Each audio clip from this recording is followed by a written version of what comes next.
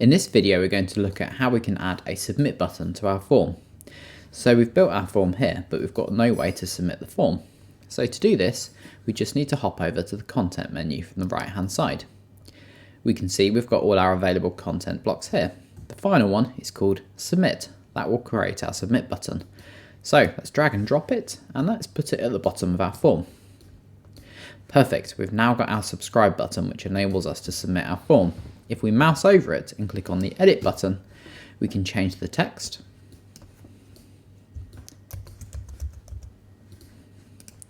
And also if we go to the style tab, we can start playing around with the styling of the form. So perhaps we change its colour. We select an orange and we can see that's now updated.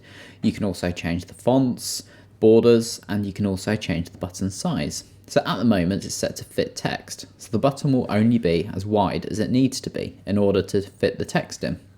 Alternatively, we could change it to full width. When you do this, you can see the button will go to the maximum width to fill the horizontal space on the screen. Let's change it back to fit text. When you finish making your amends, just click save and close.